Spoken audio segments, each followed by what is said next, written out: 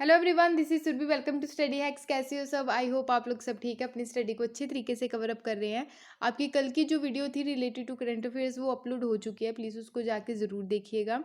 बहुत ही ज़्यादा जो इंपॉर्टेंट टॉपिक है वो उसमें डिस्कस किए गए हैं, स्पेशली जो आपके एग्ज़ाम से रिलेटेड है। बहुत ही ज़्यादा इंपॉर्टेंट टॉपिक्स है उसमें, प्लीज़ आप ज़रूर देखिए उसको जाके। और आज का जो सेशन है वो हम लोग स्टार्ट करते हैं।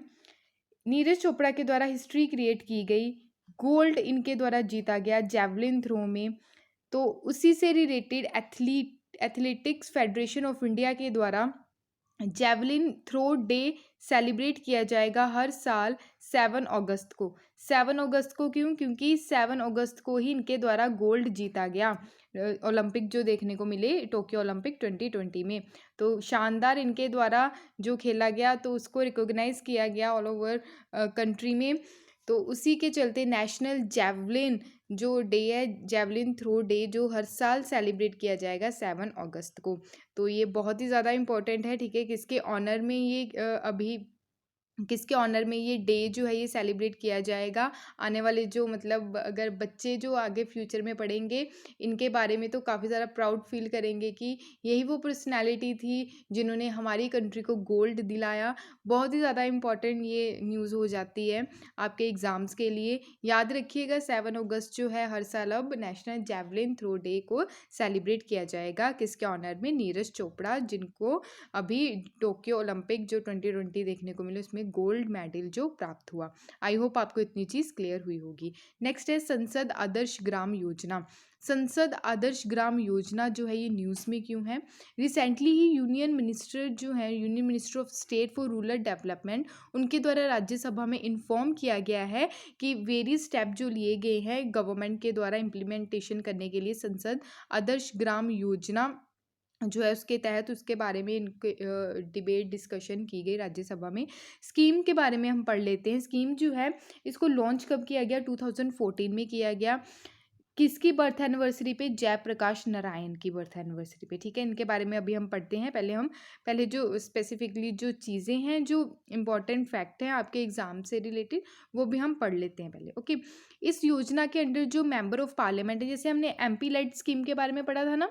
एमपी लाइट स्कीम का मतलब क्या रहता है? Member of parliament local area development scheme जो है कि मेंबर ऑफ पार्लियामेंट को हर साल 5 करोड़ जो है वो गवर्नमेंट के द्वारा फंड किया जाता है। तो वो अपनी अपनी कॉन्स्टिट्यूंसीज जो हैं उनकी वहाँ पे लोकल लेवल पे या फिर जो उनकी मेन कॉन्स्टिट्यूंसी है वहाँ पे ये डेवलपमेंट का काम करेंगे, ठीक है। तो उस पैसे से रिलेटेड वैसी ही सिमिलर आपको ये स्कीम देखने को मिलती है।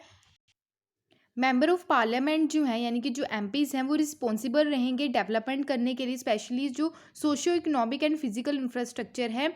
3 विलेजेस यानी कि 3 विलेजेस को कवर अप करेंगे। ये 2019 के अकॉर्डिंग बोला गया था, बट अभी 2024 तक का अगर हम टारगेट देखें तो ईच ईयर 8 विलेज इनको वहाँ पे जो डेवलपमेंट है ईच ईयर 8 विलेजेस का करना है एमपीज़ को अपनी अपनी कॉन्स्टिट्यूंसीज में, ठीक है।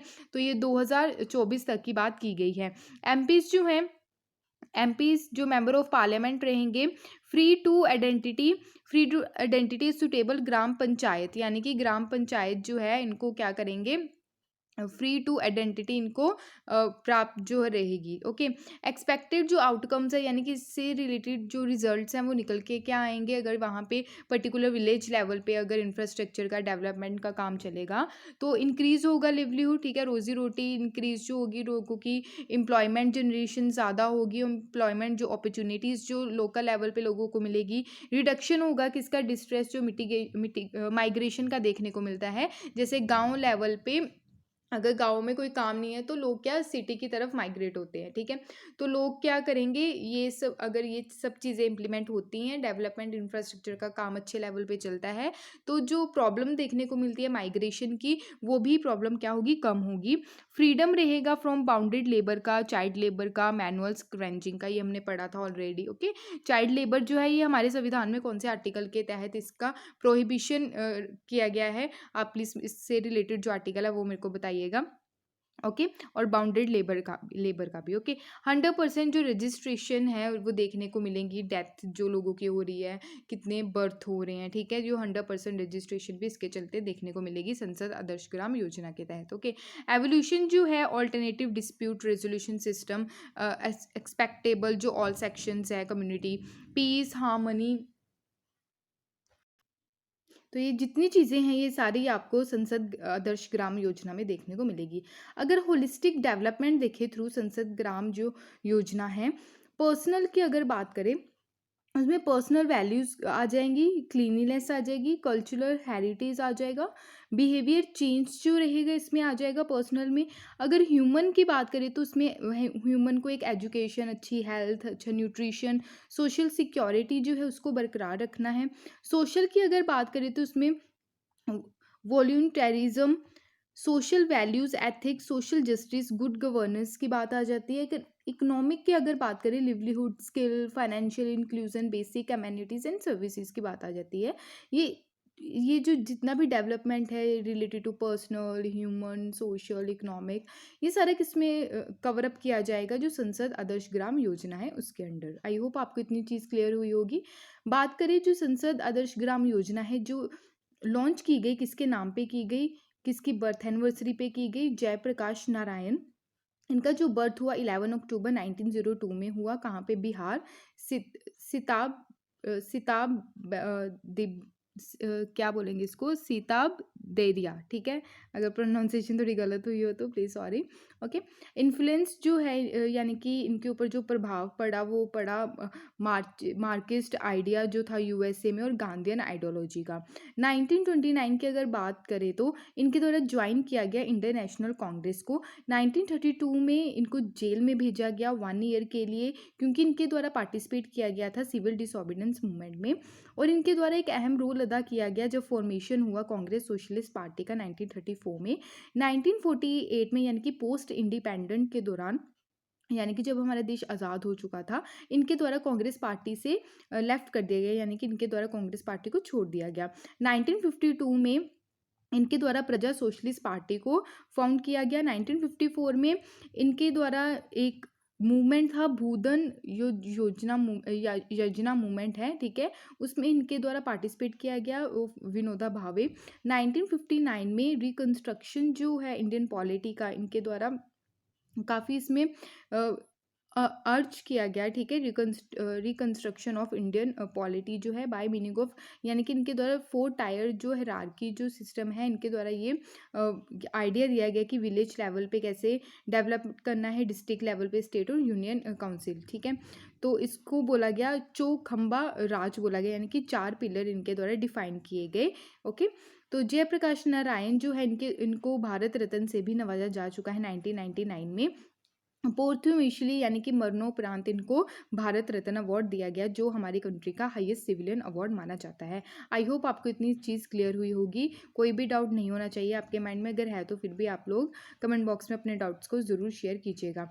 नेक्स्ट है, काफ़ी ज़्यादा इंपॉर्टेंट है, आईपीसीसी की अभी जो क्लाइमेट जो रिपोर्ट निकल के आई है उसमें बोला गया है, अगर आप जो कार्बन एमिशन है उसको कम नहीं करेंगे तो जो ग्लेशियर्स वगैरह पिघल रहे हैं उसके चलते जो सी लेवल काफ़ी ज़्यादा इंक्रीज़ हो रहा है, राइज हो रहा है, तो फ्लड आने के चांसेस, तो जो सूखा पड़ रहा है, ठीक है, तो ये सारी कंडीशन जो है ये काफ़ी ह्यूज तौर पे आने वाले टाइम में देखने को मिलेगी। तो आईपीसीसी के द्वारा वार्निंग दी गई है कि प्लीज़ आप लोग सुधर जाइए, कार्बन एमिशन को रिड्यूस करना जो है, उससे चलते जो चैलेंजेस जो फेस करने पड़ रहे हैं उसको कैसे फेस करना है, क्या क्या मेजर्स हैं, ये सारी चीज़ें देखने को मिलेंगी। अभी जो क्लाइमेट चेंज जो है 2021 की रिपोर्ट जो है आईपीसीसी के द्वारा, आईपीसीसी की फुल फॉर्म पहले आपको पता होनी चाहिए, inter governmental panel on climate change, इसके द्वारा फर्स्ट पार्ट जो है 6th असेसमेंट रिपोर्ट का ये पेश किया गया है। टाइटल क्या है, climate change 2021 the physical science basis, जो प्रिपेयर किया गया साइंटिस्ट जो है वर्किंग ग्रुप फर्स्ट के द्वारा। 2 रिमेनिंग पार्ट्स जो हैं इस रिपोर्ट के 2022 में रिलीज़ किए जाएंगे। ग्लोबल जो नेट ज़ीरो है कि जो एमिशन है ठीक है। कार्बन एमिशन उसको ग्लोबल लेवल पे जो कम करना है 2050 तक करना है। ठीक है। अगर ये सारा नहीं किया, यानी कि इसको कम नहीं किया, 1.5 डिग्री सेल्सियस से ज़्यादा नहीं होना चाहिए। अगर हो गया तो काफ़ी ज़्यादा ह्यूज इम्पैक्ट देखने को मिल सकता है ऑल ओवर वर्ल्ड में। ठीक है। तो क्लाइमेट जो चेंज की कंडीशन है वो ऑल ओवर वर्ल्ड में काफ़ी ज़्यादा इम्पैक्ट डाल रही है। अगर बात करें कॉन्फ्रेंस ऑफ पार्टी जो है 26 COP26 जो है, ये नवंबर के महीने में देखने को मिलेगी। नवंबर में कहाँ पे? यूके में ग्लासगो जो सिटी है वहाँ पे। ठीक है। ओके। तो जो एवरेज सरफेस टेम्परेचर है अर्थ का वो कितना है? 1.5 डिग्री सेल्सियस है। ठीक है।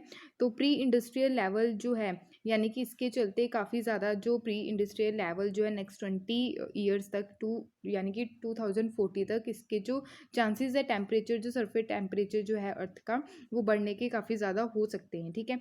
2 डिग्री सेल्सियस जो है मिडल ऑफ दिस सेंचुरी जो रिडक्शन है एमिशन का, यानी कि मिडल ऑफ दिस सेंचुरी की अगर बात करें 1.5 डिग्री सेल्सियस से टू 2 डिग्री सेल्सियस नहीं होना चाहिए। ठीक है। ये इनके द्वारा बोला गया है। अगर हो गया तो बहुत ज़्यादा इम्पैक्ट देखने को मिल सकता है।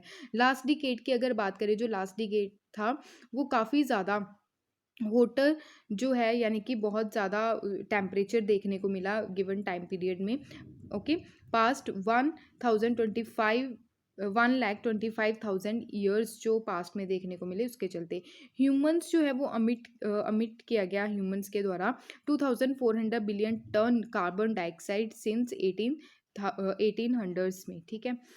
मोस्ट जो है ह्यूमन एक्टिविटीज़ का कारण बनी, जो बर्निंग ऑफ फॉसिल फ्यूल्स के उसके चलते, अगर जो बर्न कर रहे हैं फॉसिल फ्यूल्स जो है उसको अगर बर्न किया जा रहा है तो उसके चलते काफ़ी ज़्यादा केमिकल्स जो है वो रिलीज़ होते हैं एटमॉस्फेयर में, तो काफ़ी ज़्यादा इम्पैक्ट देखने को मिलता है उसका। उसके चलते सी लेवल जो है वो काफ़ी ज़्यादा राइज हो जाता है। ठीक है। राइज हुआ भी है, कंपेयर अगर करें तो वो ट्रिपल हुआ है सी लेवल राइज, कंपेयर करें तो 1901 से 1971 तक। कोस्टल एरिया में जो है वो देखने को मिला कि कंटिन्यू जो सी लेवल राइज हुआ है throughout to the 21st century से। अबाउट 50% जो सी लेवल जो है वो राइज हुआ ड्यू टू थर्मल एक्सपेंशन। ठीक है। जो वाटर हीट अप है, एक्सपैंड हुआ, वार्मर जो ओशियंस जो है वो भी काफ़ी ज़्यादा वार्मर देखने को मिले। ठीक है। एवरी एडिशनल 0.5 डिग्री सेल्सियस जो वार्मिंग है वो इंक्रीज हुआ। Hot extremes, extreme precipitation and जो सूखे की कंडीशन है वो भी देखने को मिली। सेवरल कंट्रीज़ की अगर हम बात करें तो मोर देन 100 ऑलरेडी इनके द्वारा अनाउंस किया गया है कि नेट ज़ीरो एमिशन जो है वो करेंगे। 2050 तक का टारगेट रखा गया है कि जो एमिशन है कार्बन डाइऑक्साइड जो है, ठीक है, कार्बन एमिशन जो है उसको कम करना है 2050 तक का। इसमें जो मेजर जो कंट्रीज़ जो मेजर एमिटर्स है जैसे USA, China, European union, India जो है ये थर्ड लार्जेस्ट एमिटर है ऑल ओवर वर्ल्ड में। आईपीसीसी के द्वारा इन्फॉर्म किया गया है जो ग्लोबल नेट ज़ीरो है 2050 तक का टारगेट रखा गया है इनका। ठीक है। मिनिमम रिक्वायर्ड टेम्परेचर जो है, यानी कि 1.5 डिग्री सेल्सियस जो है ये मिनिमम रिक्वायर्ड टेम्परेचर है। तो ये जो है इसको हम अचीव नहीं कर सकते विदाउट इंडिया। ठीक है। विदाउट इंडिया जो है, इंडिया का जो है पार्टिसिपेशन बहुत इंपॉर्टेंट है इसमें। ठीक है। इवन चाइना जो है ये वर्ल्ड बिगेस्ट एमीटर है। ठीक है। किसका? नेट ज़ीरो जो गोल, इस वर्ल्ड बिगेस्ट एमीटर है चाइना। ठीक है। इनका जो गोल है 2060 तक का, कि इनको जो कार्बन एमिशन है 2060 तक का क्या करना है, कंट्रोल करना है। ठीक है। तो सस्टेनेबल डेवलपमेंट गोल की अगर हम बात करें तो 17 सस्टेनेबल डेवलपमेंट गोल है। 13 जो है ये क्लाइमेट एक्शन या क्लाइमेट जो चेंज के बारे में बात करता है। 14 जो है लाइफ बिलो वाटर की बात करता है। लाइफ ऑन अर्थ की बात की जाती है सस्टेनेबल डेवलपमेंट गोल 15 में। ठीक है। आई होप आपको इतनी चीज़ क्लियर हुई होगी। नेक्स्ट है, इनके द्वारा आईपीसीसी के द्वारा वार्निंग दी गई है कि जो हीट वेव्स है, ह्यूमन जो हीट स्ट्रेस है, ठीक है, तो काफ़ी ज़्यादा इंटेंस है, फ्रीक्वेंट देखने को मिल रही है साउथ ईस्ट एशिया में ड्यूरिंग 21st सेंचुरी से। बोथ एनुअल और समर जो मानसून प्रेसिपिटेशन जो है वो काफ़ी ज़्यादा इंक्रीज हुआ है। ओके। और बड़ा है इंटर जो काफ़ी ज़्यादा एनहेंस्ड हुआ है इंटर एनुअल वेरिएबिलिटी जो साउथ ईस्ट एशिया में देखने को मिली। हीट जो है एक्सट्रीम इंक्रीज हुई है, कोल्ड एक्सट्रीम्स जो है वो काफ़ी ज़्यादा डिक्रीज हुई है। ओके। कंटिन्यू जो है आने वाले समय में ये बरकरार रह सकती है अगर हम कंट्रोल नहीं कर पाए तो। ग्लेशियर्स है वो ह्यूज तौर पे मेल्ट हो रहे हैं 21st सेंचुरी मिड की अगर हम बात करें तो। तो जो ग्लेशियर्स हैं, ठीक है, वो काफ़ी ज़्यादा मेल्ट देखने को मिल रहे हैं, उससे जो है सी लेवल काफ़ी ज़्यादा इंक्रीज़ हो रहा है। इस रिलेटिव सी लेवल जो है अराउंड एशिया इंक्रीज़ काफ़ी ज़्यादा फास्टर हो रहा है ग्लोबल एवरेज की अगर हम बात करें तो। और कोस्टल जो एरिया जो है वो लोस एंड शोर लाइन्स जो है वो रिट्रीट, रीजनल सी लेवल जो है वो काफ़ी ज़्यादा राइज हो रहा है और ये आने वाले टाइम में कंटिन्यू रह सकता है अगर हम इसको कंट्रोल नहीं कर पाए तो।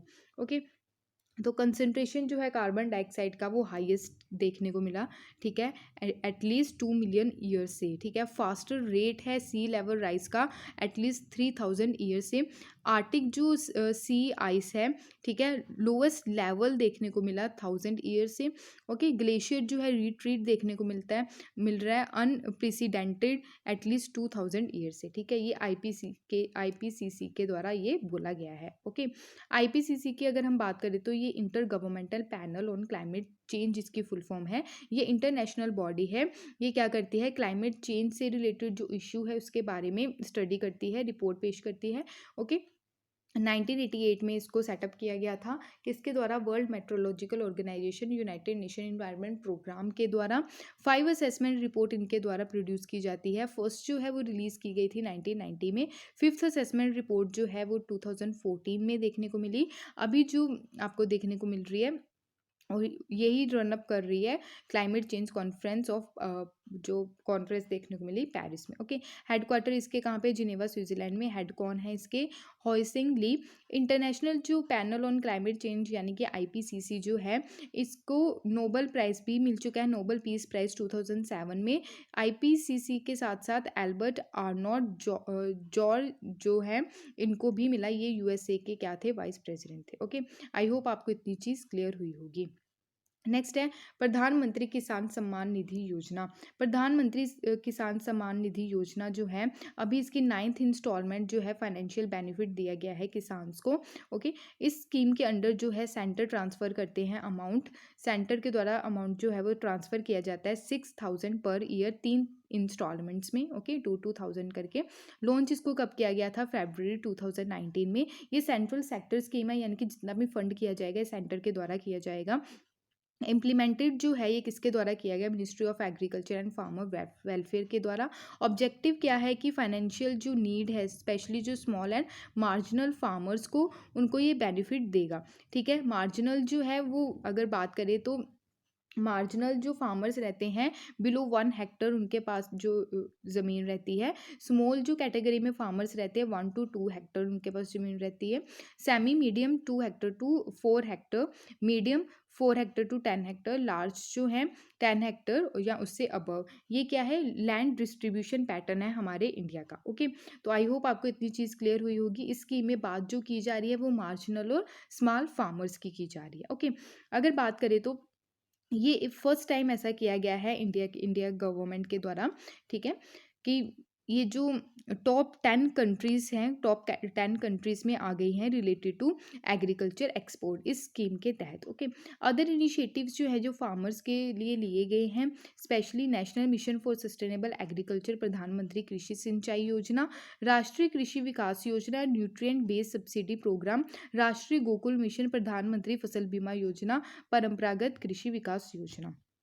ओके, अगर बात करें ये डायरेक्ट इनकम है, ठीक है, जो ट्रांसफ़र की जाती है, ये मैंने आपको पहले ही बता दिया। ओके, नेक्स्ट है national edible oil mission, oil palm, ठीक है, पाम ऑयल जो है इसको एक्सपोर्ट करने की बात की जा रही है, ठीक है। प्राइम मिनिस्टर नरेंद्र मोदी जी के द्वारा भी अनाउंस किया गया है 11,000 crore rupees national edible oil mission के लिए। जितना भी पैसा ये लगाया जाएगा इस मिशन के तहत, ओके, इंडिया को सेल्फ सफिशिएंट बनाने के लिए, स्पेशली कुकिंग ऑयल्स में including palm oil. Okay, ensure किया जाएगा फार्मर्स को कि उनको फैसिलिटीज़ मिले, क्वालिटी सीड्स मिले, ठीक है। टेक्नोलॉजी जो है वो कैसे लेके चलनी है इस मिशन के अंडर। आई होप आपको इतनी चीज़ क्लियर हुई होगी। ओके, नेक्स्ट है वंधन योजना स्कीम। नागालैंड जो है, नागालैंड को 7 नेशनल अवार्ड से नवाजा गया है, याद रखिएगा, ठीक है। वंधन जो एनुअल अवार्ड्स दिए जाते हैं, ठीक है, तो उसमें नागालैंड टॉप पे रहा है। ओके, तो इसमें 7 नेशनल अवार्ड्स दिए गए हैं नागालैंड को। ड्यूरिंग जो सेलिब्रेशन किया गया 34 फाउंडेशनल जो डे था ट्राइफेड की फुल फॉर्म क्या रहती है? Tribal corporative marketing development federation of India limited, ठीक है। इसी की 34th जो एनिवर्सरी सेलिब्रेट की जा रही थी। और जो अवार्ड्स हैं वो प्रेजेंटेड किसके द्वारा किए गए? Union tribal minister Arjun Munda. ये जो ट्राइफेड है ये किसके अंडर आती है, कौन सी मिनिस्ट्री के अंडर आती है? मिनिस्ट्री ऑफ ट्राइबल अफेयर जो अर्जुन मुंडा के अंडर है, ठीक है। तो इंपॉर्टेंट है, याद रखिएगा। ट्राइफेड की फुल फॉर्म भी आपसे पूछी जा सकती है। ट्राइफेड जो है ये कौन सी मिनिस्ट्री के अंडर आता है, ये भी इंपॉर्टेंट है, ओके। अगर बात करें बेस्ट सर्विस स्टेट जो है, इसके अंडर नागालैंड को घोषित किया गया है। बेस्ट ट्रेनिंग नागालैंड, ठीक है। तो फर्स्ट नंबर पे रहा है। मोस्ट नंबर ऑफ जो है VDVKC, ओके, नागालैंड। तो ये 7 जो अवार्ड्स दिए गए हैं नागालैंड को, ये आप देख सकते हैं। अगर कोई पर्टिकुलर नागालैंड से बिलोंग करता है तो उसके लिए इंपॉर्टेंट हो जाता है, ठीक है। तो वन धन जो स्कीम है, इसमें अगर बात करें तो 10 जो सेल्फ हेल्प ग्रुप हैं, ठीक है, ऑफ 30 ट्राइबल गैदर्स जो है इसको कॉन्स्टिट्यूट किया जाएगा, ट्रेन किया जाएगा स्पेशली वर्किंग कैपिटल्स के साथ, ओके। तो सेल्फ हेल्प ग्रुप जो है ये क्या करेंगे? जो मार्केट प्रोडक्ट रहेंगे ट्राइबल एरिया के, ठीक है, उसमें उसको मार्केट लेवल पे लेके आएंगे, ठीक है, across the states, okay. Clusters जो हैं वो क्या करेंगे? Aggregate stock and link with facility primary processing in Vandhan Vikas Kendra वहाँ पे सेटअप किए जाएंगे, ओके। इन्वॉल्वमेंट जो रहेगी बिग कॉरपोरेटर्स की रहेगी अंडर जो पब्लिक प्राइवेट पार्टनरशिप के अंडर। अगर नागालैंड की अगर बात करें तो नागालैंड यहाँ पे सिचुएटेड है, ओके। तो असम जो है टच करता है अरुणाचल प्रदेश, यहाँ से म्यांमार की बाउंड्री टच करती है यहाँ पे मणिपुर। ये थे आज के important current affairs. I hope आपको सारी चीज़ें क्लियर हुई होंगी। अगर फिर भी कोई डाउट होगा इस लेक्चर से रिकॉर्डिंग तो प्लीज़ अपने डाउट्स को ज़रूर शेयर कीजिएगा।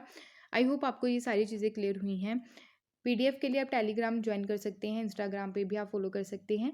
Thank you for watching my video. जय हिंद।